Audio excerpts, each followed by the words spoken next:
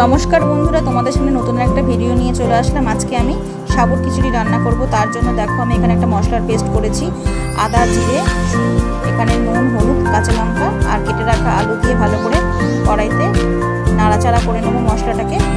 तारपरे आमी एखाने भेजे राखा जे मुग डालटा छिलो सेटा आमी धुए निয়েছিলাম, सेटा आमी एकटा आलादा पात्रे रेखेছি। एबार आमी स्वाद अनुसारे नुन देব और এই भेजे राखा धुए राखा डालटा आमी এখন মিশিয়ে দেব। साथे आमी एखाने साबुटा जे भिजिए रेखेছিলাম অর্ধেকটা কিছুটা পরিমাণ জলে এখানে 300 গ্রাম সাবু দিয়েছি।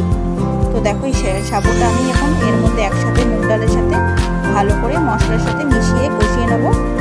তো তারপরে স্বাদ অনুসারে আমি যতটুকু পরিমাণ এখানে নুন চিনি দেওয়ার পরে জলটা পরিমাণ মতো দিয়ে দেবো। দেখো জলটা আমি দিয়ে দিচ্ছি। এবার তারপরে জলটা যখনই তোমার দিয়ে ঢাকা দেওয়ার পরে ফুটে আসবে তারপরে একটু সামান্য চিনি দিয়ে দেবো যাতে টেস্টটা খুব ভালো হয় খিচুড়ির জন্য চিনিটা দিলে।